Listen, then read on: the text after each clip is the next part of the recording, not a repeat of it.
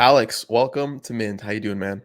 Good. Happy to be here. Yeah, excited to have you on. Let's just dive right in for a minute, okay? I want you to tell me a little bit about yourself, but more specifically, what were you doing before crypto and where are you now? I was pretty recently crypto pilled, maybe about 6 to 8 months ago. So pretty fresh. I would say I had a pretty introductory experience to crypto, mostly through my peers, buy ETH, buy Bitcoin, whatever, years ago, and never really was interested in like the DeFi, yield farming, like that whole category side of the space. My background has always been more in sort of intersection of culture and technology, and more importantly, the sort of layering and aggregating of people and how people interact with each other through those different sort of mediums or industries. So that took shape and threw a lot of parties in college, organized a lot of events and experiences. Was mostly fascinated from the technology side with social networks and marketplaces. Like, how do people come together? How do people transact together? How do people build, accomplish shared goals, when sort of effectively coordinating? And so when I started learning about DAOs through friends who were sharing things, late last year, earlier this year, that was like the first kind of big click for me. It wasn't like NFTs were rad. I understood what it meant, what it meant for my friends who were creating art, or to have this sort of the non-fungibility and the values of non-fungibility to those specific assets. But for me, it was really DAOs and the sort of replacement, or the future state of the corporation, and how people could work together and work towards something that really got me sort of, let's say, crypto pilled, or whatnot. Yeah, and I like how you brought up the whole reference to college. I think a lot of people who end up going to university start to explore the early interests and the early passions. You kind of got started with organizations by producing events. First of all, where'd you go to school? I went to USC. Okay, fight on. Likewise. Yeah. And second thing, what kind of events did you put together? Like, did you run a club over there? What's the context behind that? Yeah. So USC was a really interesting place in that it was quite a large university, and it was in LA. And so we had really strong access to like culture and music and art and nightlife, like outside of the city, quite early. And so for me, I got really involved with the radio station on Oh, campus, cool. XFC, as well as started a handful of sort of my own organizations within sort of the entrepreneurial space. So it was, one, finding the sort of radio side of university, and working with 100 or so DJs, and learning how to DJ myself, and having my own radio show, and sort of seeing the value of a group of like-minded people who had an obsession over music and curating great music. And then also identifying kind of this, scratching this sort of, let's call it like entrepreneurial bug, where I was like, man, I really want to start a company, or I really want to work with people to start companies. But at that time, I think USC didn't really have like a connective ecosystem for that. It was kind of, everyone wanted to go be consultants or investment bankers or work for like a big tech company.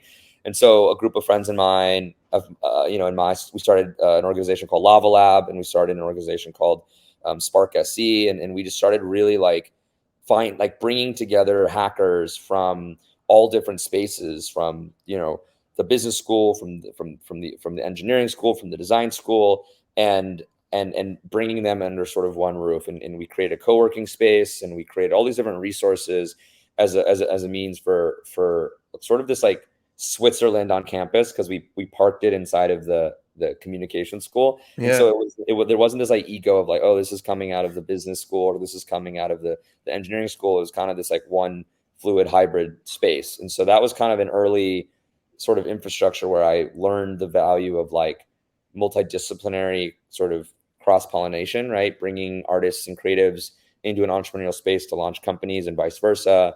I started to then throw parties around that in my backyard. I started to throw the parties for our university, booking talent, and just became kind of obsessed with like community architecture, community building.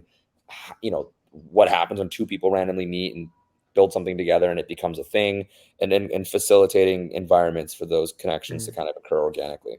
All right. So I did research about you beforehand, but I didn't come across the element of Spark SC in Lava Labs. So for those who don't know, those are like two of the most important organizations on campus. alongside Troy Labs. I'll shout out Troy Labs, which I helped bring to life as well, and the USC blockchain community over there. It was first called the Trojan Blockchain Society. Helped do that as well with other friends, and then that kind of merged the blockchain at USC right now. But super cool. A lot of how I got started, a lot of like my inspiration, a lot of my motivations stemmed from organizations on campus, stemmed from all the shit that happened outside of the classroom, all the fun, all the brainstorming that happened with students around me, regardless of what school they were in. So super cool. Didn't know that about you. Okay. Moving forward. Okay. So what was it like kind of growing up in the Zhang residence? Okay. Like what do you think helped inspired and spark that initial motivation that led you towards like leadership, organizational design, decentralized governance, anything that you kind of like look back at and you're like, oh, interesting. I used to do this and this and that. And it's probably why I'm doing this. It's a great question. Yeah, I think my parents are both immigrants from Beijing, grew up in a suburb of California, and so or a suburb of LA in Claremont. And so just the family dynamics and having to often like explore curiosities and passions outside of the home was just something like super critical to me early on. And my parents sort of taught me like this level of like resilience and like, sort of the immigrant story, right? Like kind of figure everything out on your own. There's always a third door, right? It's not option A or B. There's always C. Yeah. Kind of like ingenuity that comes from just like having to immigrate to an American and deal with all the sort of challenges that come with that. And so it was just really like, my dad is just incredibly and the most clever person I know, and always coming up with like amazing solutions to things. And so I've always been sort of a hacker, you can call it, like early on, where I Yeah. hated sort of institutional things. I hated corporational things. I hated this is the way things should be done, so you should follow it. And even though my parents often kind of impressed that upon me, right? They wanted me to go work at big corporations and all these things, and I was like, nah, like I like creating things. I like working with sort of undefined things and spaces. And so that was really where I established kind of an early obsession over the unknown and the Yeah. undefined. Then it was really, as sort of in growing up in an immigrant household and then being a minority growing up in the States, you often have to be like, all right, like how do I fit in? Like in high school, like how do I find my people who, if they don't look like me, how do I find my sort of community? And then it's often like leaning into your whatever strengths that you have at the time, which for me was like my social sort of dexterity and agility, and then my ability to like be the floater in terms of moving between different friend groups. So hanging out with, the kids, the kids who hung out at the skate park, hanging out with the homies on the football team and the soccer team, or hanging out with, I was in all AP and IB classes. So it was kind of like I sort of moved fluidly throughout these different spaces. And that taught me like that taught me about being a multidimensional individual and like creating bridges between different types of groups. And like that, I found that to be way more interesting than just being Yeah. defined by like one specific category. And so I don't know, I think those two experiences were like pretty formative. And then now how I treat and design systems today in terms of like thinking about like, diverse systems, organic systems, how do people come together and create things sort of, the more diverse the more diverse the inputs, the more complex the outputs. These types of Yeah. framings were all from sort of childhood and growing up. Yeah, I think like you as well, my parents migrated here from the Middle East when they were like in their 20s, and they had my brother and I here, and they both came here not knowing the language. Actually, my mom kind of got what's the word? Immigrated from the Mexican border, right? Kind of thing. And our family snuck her in, and my dad managed to like fly over here from the Middle East and had my brother and I, didn't know the language, didn't know nothing, had like a couple $1,000s to his pocket and just made something, right? And just figured it out.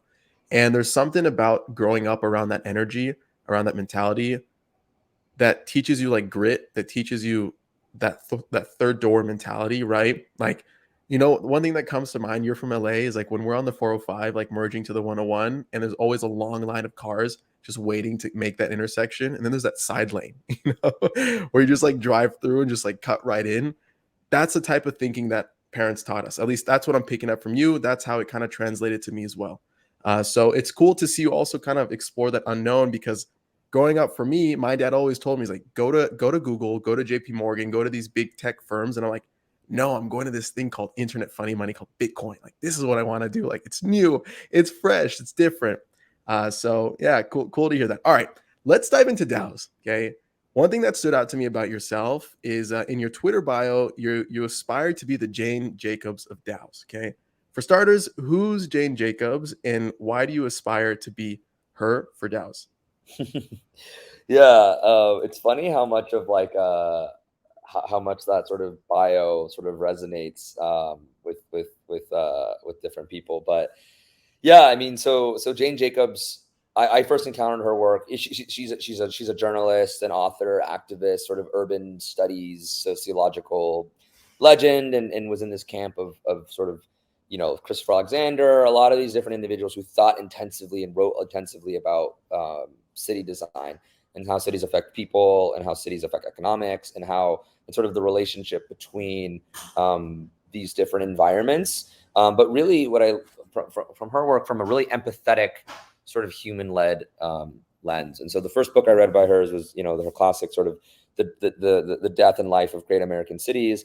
And that was sort of my red pill into like urban theory, where I was like, whoa, this is really interesting. Someone writing about how important it is, how sidewalk width is important to how cities function and how people bump into Right. each other on streets and what that means for how people use and activate on streets, right? And all the way down to like fields of work of thinking about the role of parks in cities as these kind of like main central locations and areas where people could flow in and out, in a place where, like New York City has really great socioeconomic stratification of, the beauty of New York is you could be, a very wealthy individual billionaire who lives on the Upper East Side, or you could also be a struggling artist student and you guys could walk past each other on the street because of how the city is designed. Versus as someone who grew up in LA, you would uniquely understand LA isn't designed for that, right? LA lacks Yeah.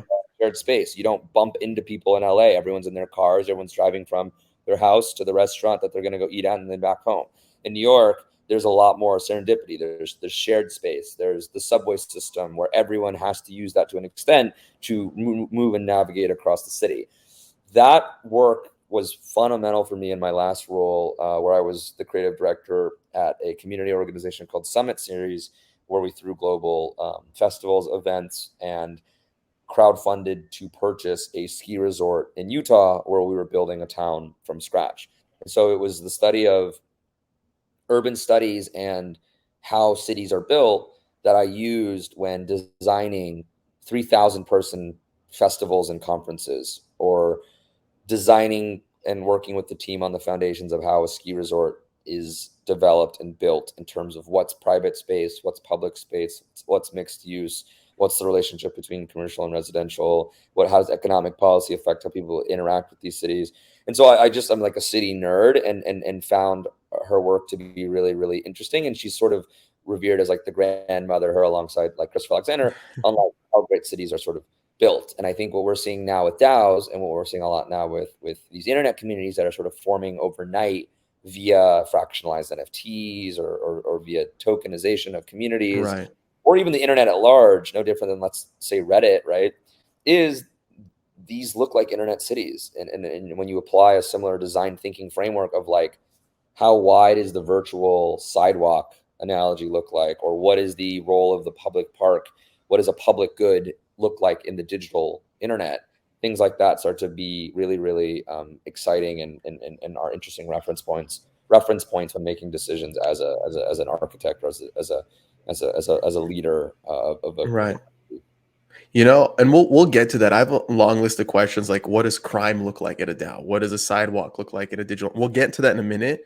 But talking more about Jane Jacobs and how she's inspired a lot of your thinking, a lot of your leadership. What are some of the key takeaways that she writes about that you find yourself applying on a day to day to, let's say, FWB, for example?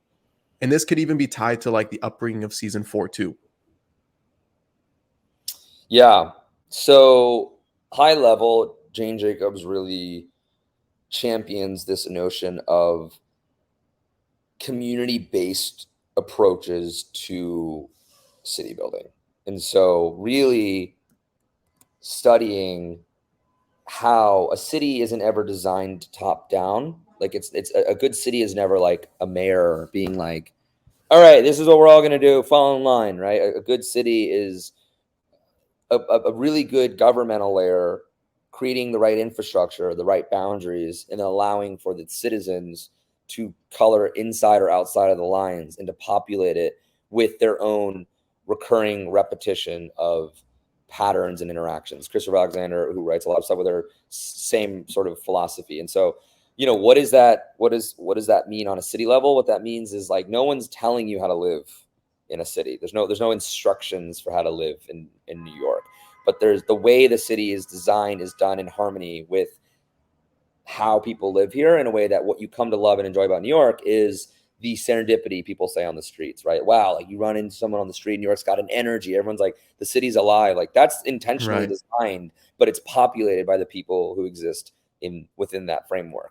And so I think it was that grassroots, bottoms up, community built approach that made so much sense to me when it related to internet design or sort of internet community design in a way that internet communities are no different, right? It isn't about you can't just spin up a Discord and have a community. It needs to be like if you think about your channel design, like all your different Discord channels, those are no different than creating your streets and your pathways in city design. If we're playing SimCity or if we're playing whatever, it's like if you have thousands and thousands of channels before you have people, everyone's going to be dispersed and spread everywhere. There's never going to be like sort of a central location where people gather. So Mm-hmm. for FWB, it was really thinking about like, okay, what channels are our central park, right? What channels are our main meeting place? Where if you think about it, what are the roles of parks in great cities right now? Parks, at least in the last 2 years, three, I mean, actually in the last hundreds of years, right? Parks were places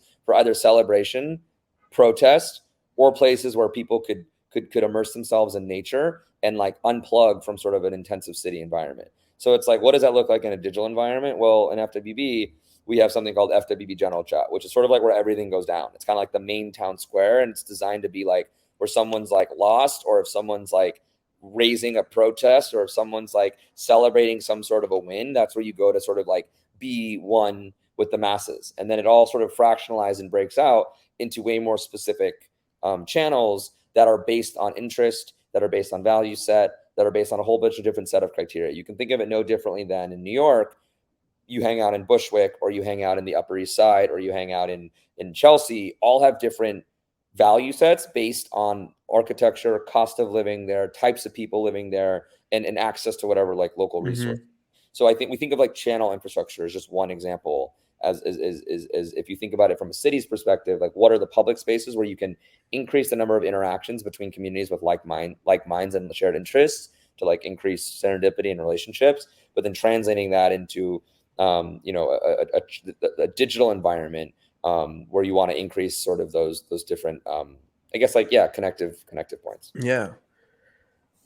I have never heard anybody describe a Discord channel the way you just outlined all those channels and how they pertain to like IRL type of locations.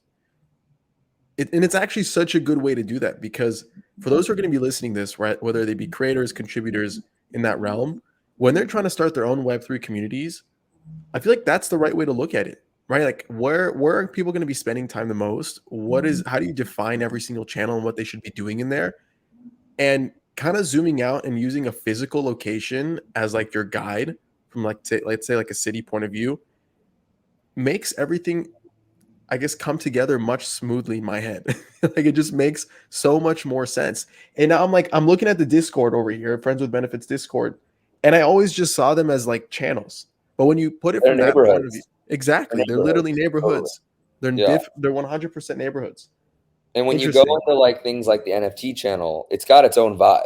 There's like the same 10 to 15 people who are the most active people driving a lot of the discourse. There's about 100 to 300 people who are watching that discourse, and it's no different than like NFT general is kind of like that's kind of like our like I don't know one of our it's our most popular neighborhood, and has its sort of its own unique sort of distinct sort of culture. And so my role wearing the sort of mayor hat is really looking at those types of channels and how do we give them resources to continue to develop and amplify and repeat those patterns that are happening on that local level. And so if we're really zooming in on this like city analogy, it's sort of no different than like if you think about like, I got really into like parks for a while. What makes a good park, and why do people visit certain parks? And one of the things that I was really fascinated by was the role of the park bench, and how park benches play in parks. Where if you'll notice this the next time you walk into a really good park, like one in Paris or one in New York, or any of the major European parks, is all the benches face inward. They all face the street, or they all face the walkways, and it's designed in a way where to create a spectator, a sort of a voyeuristic spectator relationship into a public space, so it doesn't feel weird to be sitting there alone. Because if a park bench was facing sort of a random tree or something, it quickly becomes, it lacks stimulation, and eventually you get bored and you leave. But a park bench faces the walkway because it's not weird to sit on a bench and like smoke a cigarette, or like eat a Right. snack or drink a coffee, because you're watching passerbyers cross every second, and it's, you can sit there for like an hour and just kind of like watch people watch, right? And I think of, I've designed physical massive events around that exact same structure. Like, how do you create a festival experience where people are sitting and watching other people, and using that to increase a stronger sense of like purpose, or belonging in that space? And now I've translated the same analogies to the Discord, where people love to just watch people chat with each other. There's something weirdly voyeuristic about watching two people, or people love when two people argue with each other and there's like a little bit of drama, or people love when someone's in the Discord kind of like chatting or typing. And it's that same kind of like voyeuristic perspective that I think about designing for, when like, in this sort of park bench to park example. Yeah. Jane Jacobs has a whole like chapter on park benches. Wow. Yeah. I used to live in Switzerland and in Austria. And one thing I noticed while living in Europe for about 9 months, I noticed how when you look on Google Maps, all the cities, or a lot of the major cities, are designed as rings, right? And rings in a way where within those rings they have smaller rings and smaller rings and smaller rings. Why is that? I never looked into that. Why do you think they've designed it like that? And you probably know the answer, but what's the context behind that? And does that apply to how digital cities work too? Yeah. So the most likely reason behind why cities are designed in ring formats is a function of labor markets and capital markets, as it relates to proximity of commute time between the center of a city and the outside of a city. So, for instance, the reason why this sort of ring in the center is smaller, or why, if you think about the dense, it's a function of like density and like labor, right? Hmm. So, Asia is a fantastic example, or even New York City, where like, the middle is more dense with higher skyscrapers, because that's where a lot of the economic value of a city is being driven.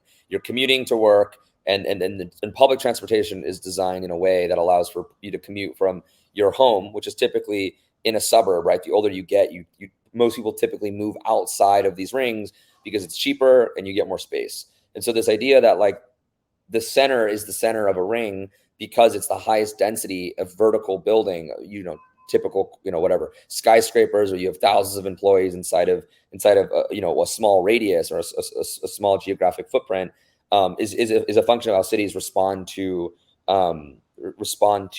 sort of economic drivers, and like labor markets, and capital markets, if that makes sense. Because if people are too spread out and you don't have a center of the city, your public transportation won't reflect sort of efficient ways to commute to work, in a more like, this is all obviously before people were working remotely and on the internet, as most of these cities were built, whatever, in the last 100 to Yeah. 200 years. So a lot of it is defined by, I think, like labor markets. Yeah. One thing that Jane Jacobs talks about is cities having like certain level of logic and dynamism, right? And dynamism is basically the quality of being characterized by vigorous activity and progress. From like that's how I understand like the pulse of a community, right? The vibrancy of the community. How does that translate to a digital city?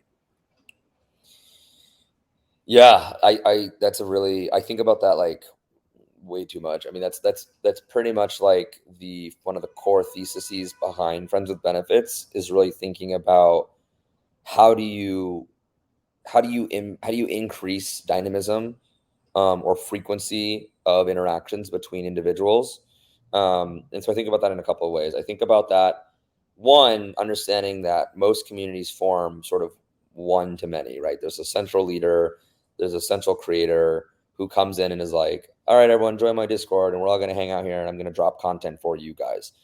That's like level one and quite one dimensional. I think what Jane's referencing there is this idea of like the difference between many to many and the difference between sort of peer to peer, right? And so peer to peer is like one to one. Many to many is like network effects, where like you actually now have a room of, let's say, 50 people. In a one to many example, I stand up on a table and I'm like, hey, everyone, what's up? Welcome to my crib. Like, this is what we're gonna do. Peer to peer is like one person talking to one person. Many to many is like all of those each having the ability to talk to the 49 other people. And so I think of dynamism as the acceleration of that with a shared goal and a shared purpose, which in a city example can often be like making this, it's a lot more soft, but it's essentially like people gravitating towards cultural totem poles, if you will, or cultural sort of pockets. Mm-hmm. But in a digital city building context, it's essentially about establishing as many to many relationships as possible and like creating the infrastructure where people can actually form strong connections with as many different people and be incentivized and encouraged to build things with those people. So in FWB, we do things like hackathons. We do things like town halls every 2 weeks. We do things like, public voice chats where we talk about things. We have a meeting in like 2 hours where we as a community are going to be building and reviewing a code of conduct for this community. We do vision and value sessions where we like talk about what the values are of FWB as a city. So all of those are like touch points that I think accelerate dynamism so that people feel empowered to then be like, you know what, like I'm going to do this. I'm going to help out with this. I'm going to contribute. Yeah. And that recipe of a group of talented, passionate, high quality contributors who feel empowered to participate is essentially dynamism, and no different than a city. And what you saw with, let's take George Floyd last summer and his murder, that sparking a sense of dynamism across all of these major cities where everyone was like, we're going to now start to self-organize and use networks to like to march and to protest and to do this, right? And like that is a beautiful example of like a resilient community or a resilient city, is people being able to like execute those types of campaigns and initiatives from a grassroots level. What's up, guys? Adam Levy here. Sorry for the quick pause, but I wanted to give some love to our 3 NFT sponsors that are making this episode a reality. They are Coinvise, POAP, and SocialStack. On Coinvise, you can create a personal or community-owned social token on Ethereum. Coinvise also helps you create incentives through token rewards and bounties, NFT business models, and bot integrations for Discord. Discover more by visiting coinvise.co today. Next up, we have POAP, or short for Proof of Attendance Protocol, who enables a novel way of creating one's life diary. Leveraging NFT technology, POAP facilitates an easy way to mint non-fungible tokens related to meaningful events. It's frequently used in crypto-native communities, and now it's starting to create NFT collectors in the mainstream too. Collect or launch your own POAP today by visiting poap.xyz. Next up, we have SocialStack, a platform for communities, brands, and creators to build mission-driven social token economies. Offering an easy-to-use, non-custodial wallet with a suite of open-source community engagement tools, SocialStack makes it simple to bring your community into Web3 and be a part of creating an open-source, gratitude-driven future for social tokens. Create a free social token wallet, discover mission-driven social token communities, or apply to launch your own token on SocialStack by visiting socialstack.co today. All right, back to the episode. One thing you brought up earlier is this concept of sidewalks, park benches. I want to dive into those characteristics of what like pertain to a physical city and its different attributes and how that translates into a digital city. For example, like some components that come to mind, okay, sidewalks, parks, retail design, concepts of self-organization, opera houses, all these things that kind of allow people to congregate, transportation, all these key things that define and give color to a city is now trying to be forced and squeezed into a Discord server, right? Like what's the equivalent of like transportation on the digital side, what does that look like at FWB, for example? Like, what does an opera house look like for entertainment on FWB? What does crime look like from a traditional physical setting, but like in FWB, for example? Yeah. So a couple things. I think it's really important in this city analogy that we don't also take it like too literally, right? Okay. I don't think it's like literally all of us living on the internet, exclusively on the internet, but I think of it more as like the internet city as a framing from like like an urban theory perspective of like little bits and pieces that you want to remix. And so I say that as in like I think everyone in FWB would agree we don't want to all live on the internet. Like we view the internet, we view Web3, we view blockchain as like tools to actually enhancing physical world. It's why a big part of our experience and roadmap for Friends with Benefits is throwing wicked parties and having great experiences and like bringing people together in a physical IRL environment, but like facilitated and coordinated digitally, right? And so, and even though some of those examples, for instance, sure, we could think of it like explicitly in a digital context, which there are good parallels, right? Crime totally exists, right? Online harassment, sexual harassment, people violating codes of conduct, people being assholes to each other in a Discord. That is crime if it violates a set of rules created by a community that is governed by that community. That's the police, right? Some sort of enforcement mechanism with some set of consequences that are established. Those exist in really mature online communities, codes of conducts and guidelines, things like that. Opera houses, right? I mean, if you distill what an opera house even is, let's just say that's a physical place that represents some sort of cultural attraction. That could be no different than like Jess Sloss every Thursday doing his Seed Club talk on FWB. That could be our like opera house. You know what I mean? No, I no, think it's I really, want to hear Jeff sing. That's what I want to I hear would love Jeff to hear sing. that That's too. what I Yeah, hear. he's a good opera singer. Yeah. So yeah, I think they're both physical and they're both digital, but I think it's more important to think about things like the theory around these types of things. So for instance, in FWB, you know, there's a lot of conversations around like, man, our token price is way too high for people to join, da da da da. And we just launched a new initiative yesterday called FWB Local, which is essentially being able to join our city DAOs and our city channels for 5 FWB versus right now it's 75 FWB to join the full membership at the Discord. And like what we often think about when we think about this cost of living is we use this analogy of like, well, right now to live in New York City, you pay a pretty penny and you decide where you want to live. But if you want to live in Manhattan, you're paying an even prettier penny than if you want to live in, you know, Bed-Stuy, right? In suburbs. And so it's like, but why do you pay?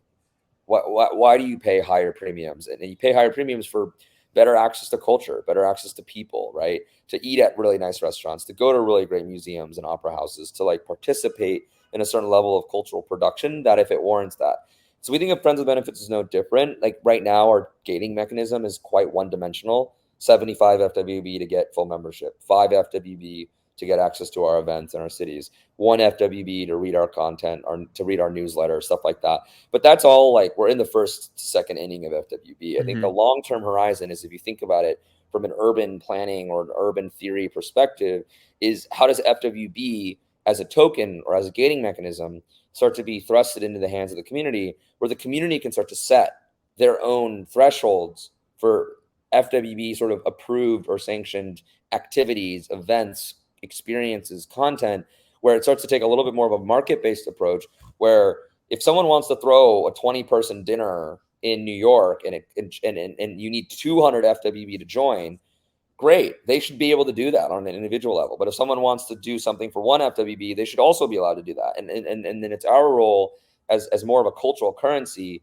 to sort of organize, index that, and communicate that and approve things that fit our brand and community ethos, but ultimately allow for the community in itself to populate the different thresholds and the different access points. Where I think the long-term success of FWB is a diversification of the token and of the access points, so it actually starts to function like a cultural currency. So it's like if Adam wants to do a hang in LA for 50 people and he wants to price it at 70 or 200 FWB, but only 2 people show up, then that's on you. You priced it too high. You know what I mean? Yeah. No different than a restaurant pricing their menu incorrectly or opening up a restaurant in the wrong location. And so that's how we're starting to design the infrastructure in a way where right now it's FWB establishing these different gating sort of thresholds, but eventually creating a dynamic, flexible, sort of much more anti-fragile infrastructure where the community can sort of set these different teams and set different FWB points and diversify. No different than if you were in a city, you could choose if you want to go to an espresso restaurant on the Upper West Side, or you can choose if you want to eat a hot dog at the park for like $1. It's like up to you. Mhm. Yeah, and I wanna jump into season 4 right now because we're already talking about that. So the whole theme of season 4 is basically defined by the strength and independence of our local parts, right? That's how you kinda summarized it in Discord when you guys announced it. And just to quickly recap season 3, you guys had an incredible performance, the community as a whole from and this is again picking up notes from what you guys wrote and also my experience kind of living and voting on stuff and contributing is having Chris Dixon pitch to FWB, right, and getting that capital infusion, or increasing membership growth, what by 4x, right, quadrupled, right, and the community is just pulsating on a whole nother level. And now season 4 is like, okay, we have all these people in here. How can we empower people to be on their own and co-create with one another, right? That's what I'm kind of like picking up. So talk to me more about like how do you guys plan to implement that? What does that look like in practice? Beyond just a theoretical point of view. And I know you gave a couple examples, but could you go a little bit more into that? Yeah, I'm happy to. So, yeah, season 4 is really this idea of the strength of our local parts, or the strength of our whole will be defined by our local parts, right? And the sort of interdependence and the collaboration and how these local parts begin to form their own infrastructure tools and decision making capacities to to really enforce the culture within those neighborhoods. And so, on the literal example, that's the city's initiatives, right? FWB in the last 2 seasons was like me, Cooper, Trevor, Derek, all Rayhan, all of us as like staff members running around these different cities throwing parties. Like we threw Paris, we threw New York, we threw Miami, and that was like us literally like picking the location, doing all of the organizing, booking the talent, getting the community there. But if you think about it, that doesn't scale, right? If I want to throw a sick FWB party in Istanbul, it's like it doesn't make sense for me to fly out there and like discover that city and like figure out where to throw an event. The real the FWB way or the sort of decentralized way or distributed way would be like, how do we establish the infrastructure for an actual Istanbul city DAO to form, or in this season 4, LA, New York, and London are sort of top 3 markets to form, to begin to elect their own forms of leadership, to pool capital together, and to begin throwing experiences for themselves. It's like I won't know what the coolest hot new bar is or the new hot cool restaurant is in LA or SF if I don't live there. And so the idea is to empower local constituents and citizens and token holders to begin to co-curate experiences for themselves in those local cities. And then as a community member, you're then able to visit LA, New York, London, and access any of those events that are being planned on a local level. And so you can envision now, if you look in even FWB, we launched this yesterday, the channels now have an LA dedicated channel with multi-sub channels, and New York, London, and versus before in season 1, it was just one channel that was FWB LA. And so what we hope will start to happen is the LA channel will start to develop its own patterns, its own culture, its own community members, its own vibe that starts to become a lot more potent than the 400 LA members who are scattered all throughout the Discord, but now all working towards shared goals and shared incentives. So that's what that looks like on a city level. Now, what does that look like on an even more galaxy level is take the NFT channel, for instance. This is a channel I'm really, really excited about. You've got some of the it's our most active neighborhood by far. You've got every night you go to bed and you wake up and there's thousands of new messages. Like no one can even follow along.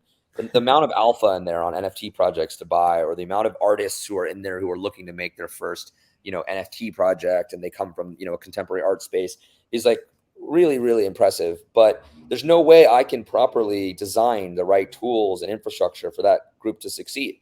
Instead, I should empower local constituents and leaders in those channels who eat, sleep, and breathe NFT general chat, and give them tools, capital, resources, a framework to be able to build their own FWB inside of the NFT channel. The beauty about Web3 is now we have new value accrual mechanisms and the ability to do token swaps, the ability to do token investments where we can align incentives. So it's not like that community forks, but it's now we're all working towards the same goal, which is to provide utility and value to the FWB token, but they can do that on a much more local way. And so what does that look like? That looks like empowering the NFT channel to essentially create their own investing mechanisms, right? Community members pulling capital together to invest in NFTs. They can start to work together on a like curatorial level, right? And the NFT channel can start to signal really cool artists who they want to back and invest in to like launch NFT projects. They can start to build their own tools, right? You can see already the NFT channel created an alpha channel where it's just leaks and drops of really cool projects, so people can invest in those or support those artists if they miss the larger channels. Like they're going to start creating their own content, their own media. Like you can start to like almost view this as like a city or a neighborhood within a city that starts to like create their own brand and their own ethos, but all still financially and socially incentivized with the FWB sort of main DAO or the parent DAO. And so, yeah, FWB local as like a season motto where, the motto is locally sourced is really about identifying these different sub communities within FWB, whether they're geographic like LA, New York, or London, or whether they're interest based like NFT General, or passion based, whatever it might be. And if they meet a certain level of like activity and engagement and dynamism, as Mrs. Jacobs would say it, the FWB DAO should support that and invest in that and help them create sort of their own squad, where FWB starts to look a lot more like a network of 1,000 squads kind of working towards the same direction, as opposed to like one big DAO with one multi-sig making all of the decisions. Interesting. How long did it take you guys to come to that conclusion? How long? Yeah. We're 4 seasons deep now. Okay. Yeah. Season 1, it was just a social experiment. Season 2 was like shit's getting real. Like what's happening over here. Season 3 was like trying to understand, make some structures, make some parties, all that. Now season 4 is in the picture. It feels so defined. It feels so focused. Like I align with that, right? And I'm not such a crazy contributor, right? But I vote on stuff occasionally. I was in like the investment channels and whatever when you guys were doing like the fundraise, or when we were doing the fundraise, if you want to put it like that, right? But now it feels so defined. And it's going to set the example for how many other communities operate, communicate, and how they think about their social layers. How did you guys get to that conclusion? The core team, at least, in the community, right? I wasn't a part of that. I guess I'm more of like the outer ring kind of thing. Okay.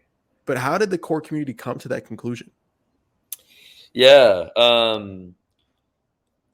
That's a great question. And most of these are, organic, right? And emergent is like a phrase we'll use a lot in this, where sort of emerges over a period of time through multiple different sort of inputs and organic sort of structures. I think it really, man, was a beautiful, chaotic culmination of like a lot of major pivotal moments for Friends with Benefits. I think it was the fundraise where we got approached by pretty incredible partners from within the community and outside the community who started to ask some of these really, really hard questions. What's the vision of FWB? I think season 2 and 3, it was like we all had our own little visions, but when you start to like discuss that in a more institutional capacity, the need to sort of refine and crystallize that vision becomes a lot more apparent, right? So it was like a lot of people who had just really good bird's eye views of the space. So it was like those gradual conversations being had with different partners. It really also was one of these really beautiful community exercises we started to do that started to provide a lot of value. So every other Friday, we started to do these things called like FWB vision, values, and mission sessions, where essentially I would open up a town hall or main stage chat, and like 100 to 150 people would show up on a Friday afternoon. And I would start pulling people up and asking them like, what does FWB mean to you? And I would start taking notes, and I would start to ask guiding questions. I would interview people who had really interesting perspectives. And we slowly started morphing from FWB as this ultimate cultural membership, which was really season 2, season 3, into FWB as a city. And it was a couple key stakeholders who really drove that vision, right? Jacob Horn from Zora, Chris Dixon, Tina from Pace, like different people who were like really kind of geeking out about this urban or this urban perspective, as well as like core team members who've been immersed in a lot of this thinking. Dexter Tortiello, who really leads a lot of the product side of it, like is deep in this sort of urban planning, framing. And so it was like this connective tissue between needing to refine a vision when starting to like entertain large scale capital, as well as like community organic bubbling up of people really resonating towards the city framework as something a lot more inspirational than building a digital social club or like a social experiment. That I think once it started to hit, then I, as one of the core drivers was really like, this feels really good. Like I need to start immersing myself deeply in this, in this culture. And what was great was I already had a lot of homework done on this, so it was now just contextualizing it for sort of this digital environment. So I started reading all these books, Order Without Design by Alain Bertrand, like all these sort of really like dense theoretical books on like city design, urban planning, labor markets, internet community building, and then having these conversations over a repetitive course of time, and then just testing things, right? Lobbing something out in a blog post and seeing if people pick up on it, dropping something in the Discord. And it just seemed like the community really sort of rallied around it. And it felt like for the first time we had a proper framing of what we're trying to do here. So cool. So cool. And it's what all cool organic, which is so interesting about it. Like I always tell people, like, this stuff is gardening, not architecture. And it's like you have no idea what direction that plant is going to grow. And it's a weird combination of like sunlight, water, and soil conditions, right? And it's like, it's not like you can't plan it out. You can't be like, we're going to arrive here and we're going to work backwards from there. It was way more like leaning towards what felt good. And that's why I think for a lot of DAOs, it requires intuition and gut and like listening to your people and like going where those people are and like having conversations with those people and then compounding and developing a thesis over time that you're kind of like gut checking in public forums. Can these urban city primitives, the city idea, digital city ideas, do these principles be applied to, let's say, like traditional hardcore DeFi type of servers, or are they only applicable to social DAOs? Like could a creator who is an internet personality and has random Facebook group fan clubs of like randomly populated, channels online, could he or she or they or whoever form these types of communities as well? Like, is that super applicable to them? Like, what's the right DAO to do this? Obviously social DAOs, but maybe not all social DAOs, or is it? I think everything. It's human. It's human. It's on the human level. It has nothing to do with industry. Okay. It has everything to do with like, I think it is human nature to seek belonging and community, right? I think, frankly, why blockchain and why crypto is so strong and cult-like is because of this sense of belonging and intensity that it creates when you join. It's like when everyone first discovers crypto, you're like down this crazy, people talk about it as a name another industry where people talk about it as like a rabbit hole. Everyone's like, oh my God, I just got so rabbit holed and organic food pilled. Like it's like okay, you read about it and you're through it, but it's because there's such a strong community layer to it. As someone like only less than a year in, my Twitter timeline is entirely Web3 now. I'm like, how did what happened? Like I had Twitter before. I followed like tons of other people. My timeline is entirely, I feel like I'm in this weird little echo chamber where everyone's talking about like super nuanced DAO infrastructure tooling, and it's getting like hundreds of retweets. And I'm just like, this is crazy. But to me, it shows that like we're part of a movement. A movement is comprised of smaller movements. And like anyone building a DeFi protocol or a creator who's looking to bring their community online, these theories can be applied to anything. It's just listening to, like, if I were to boil it down, it's just like listening to your people, creating the right avenues and opportunities for those people to build relationships with each other, and then creating the framework and the infrastructure where those people can then be incentivized to build together. And that's the holy grail of crypto.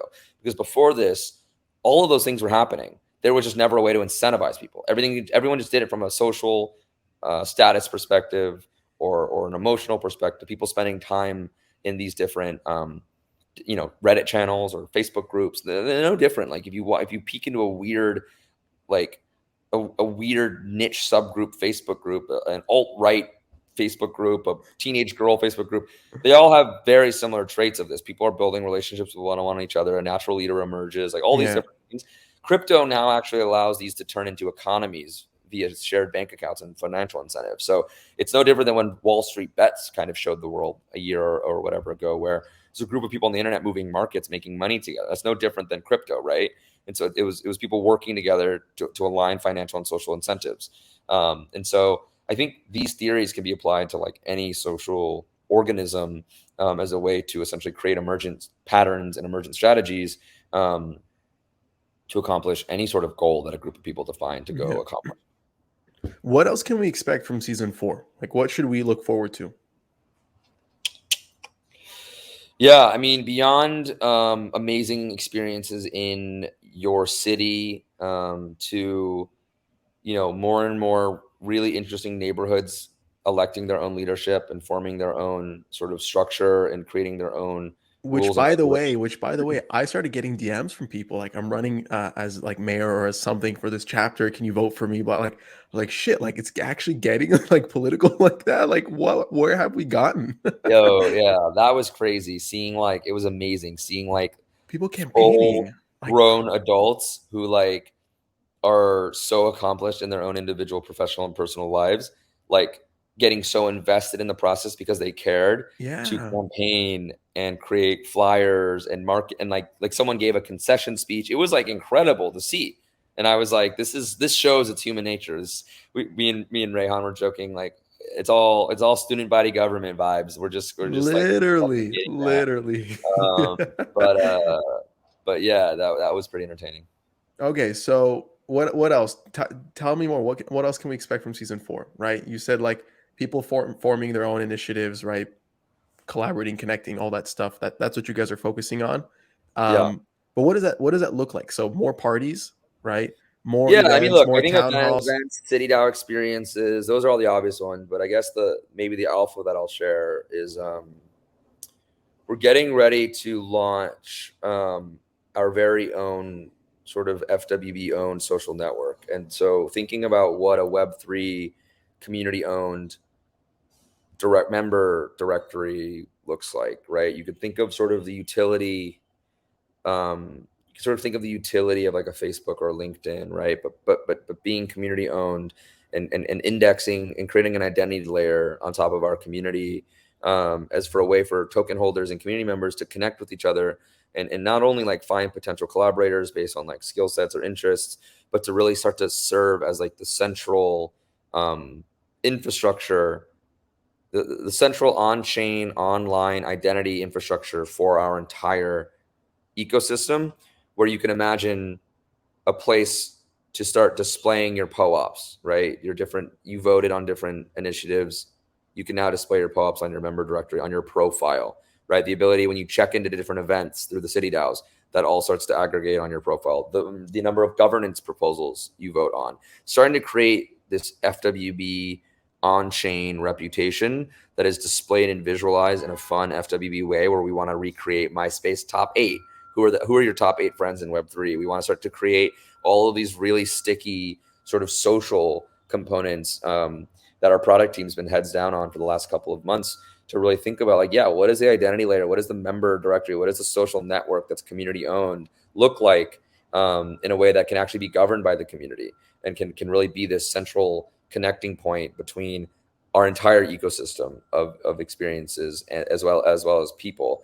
And so really excited about that. It's still some ways out, but we're hoping that that's a mid-season 4 type of initiative that we launch. That's really exciting. That's really cool. I like to think about how we're still like in the Friendster phase of Web3, where Totally. we still have MySpace and Facebook to go through. Not even TikTok has come into the picture yet. There's so much development and so much growth to go through. All right, I have a couple more questions for you. I know I want to channel it back to you as a person. I know you're a photographer. You love photography. For starters, how long have you been a photographer for, and you still active with it? Yeah, I wouldn't say I'm a photographer. I would just say I take photos. It's I've more of seen your photos; they're pretty nice. Like, I wouldn't shit on you, but okay, go ahead. yeah. I mean, I don't know. I think it would just, there's so many amazing photographers that like are do photography and that is their primary thing. I love just capturing people. I love taking photos of people. I love portraits. I love, just I love party photography. There's something about that. I love like being in a social environment and having a camera on me, or having a point and shoot, and being able to like capture the fabric or the texture of like a really good party or a really good experience. It's just a way to kind of like, I don't know, like capture those sort of memories and share them with friends, and Hmm. sort of apply my own approach to that. But yeah, more of just like um, a fun little thing, and bringing it around to these different like Web3 parties that we've been throwing have been really fun, as a way to kind of just like document everything. Cool. And do you think, are there any similarities between photography and internet communities? Just off the bat, like name one. We Wow, don't have to go through two into it. you're really throwing me the theoreticals Of this time. course, I have to. Yeah, yeah.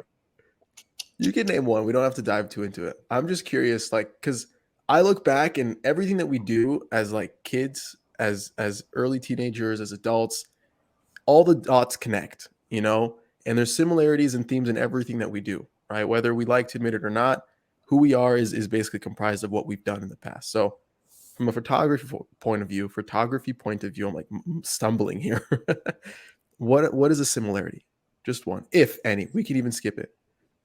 Yeah, no, no, no.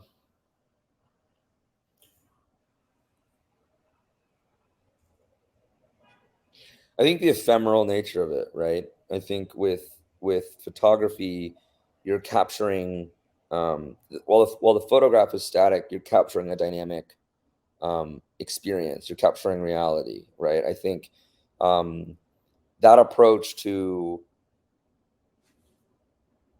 understanding you can never own that moment, but you're just sort of like capturing one frame of it, and not being too attached.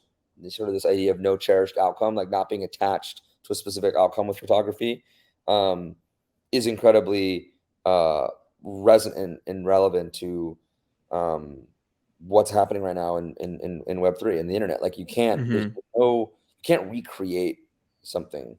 Like FWB is a consistently moving, living, breathing organism, and there will never be another FWB. There will be many things like FWB, but FWB is a combination of the people and the time and the place and the energy that then creates what we're experiencing.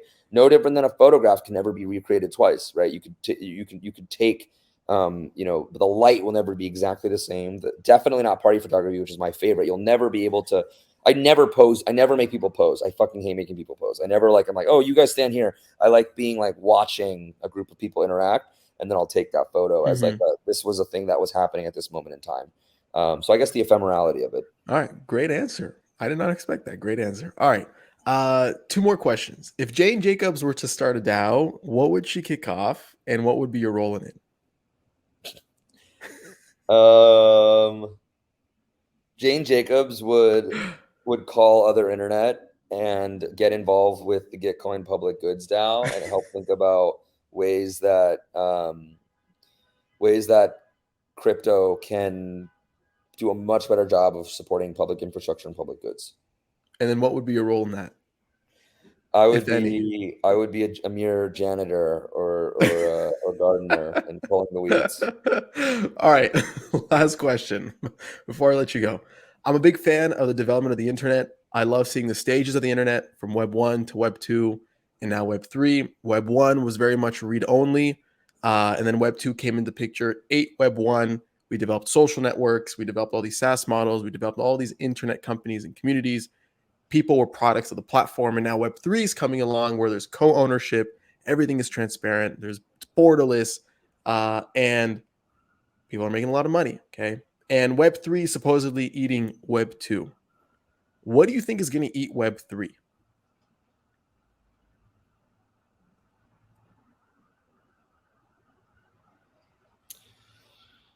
I think no one I think if Web3 is about ownership and co-ownership, Web4 will be about governance. I think we're still so early in that. Like how are we governing these massive platforms that are now co-owned, right? Like what's the power, what's the technology that's going to revolutionize and improve the governing infrastructure that ensures that Web3 doesn't make the same mistakes as Web2. right? I think that everyone is hurtling down this Web3 route right now. Very few people are thinking about the role of governance and how most of these token voting models are not sophisticated nearly enough as what they should be, because the stakes aren't high enough yet. But what happens when the stakes become high, right? And are we building that in a way to ensure that it is an equitable process, and it's not just one token, one vote, which anyone can see the flaws in a model like that. And so, yeah, I think Web4 will be the technology around governing and how that affects our physical lives in a metaverse-esque context, not as in a we're living and uploading our brains in a digital environment, but in a voting now affects your day-to-day life, because everything has been co-owned and fractionalized, and your vote and input is necessary to determine the success or an outcome of that specific thing that you own, where everything eventually will be fractionalized. So everything will need governing structures. And if we don't have the right technology for that, I think that it's going to be really, really bad or repetitive of the past. Perfect. I think that's a great place to end off. Before I let you go, where can we find you? Where can we find your work online, in Discord, etc.? Shill yourself for a minute in the projects you're working on. Yeah, just my Twitter, Alex Zhang with 2 X's and 2 Z's. I don't really tweet as much as I should, but yeah, most of my work honestly is FWB. So y'all can find me in the Discord, and then I try to write whenever I get time to share my learnings with other people who are building DAOs, which can be on my I think it's on my mirror. So you just go to my Zhang dot whatever mirror dot xyz. Nice, man. Thank you so Cool. much, bro. This was fun. I hope to have Yeah, you soon thanks, man. again. Yeah, peace.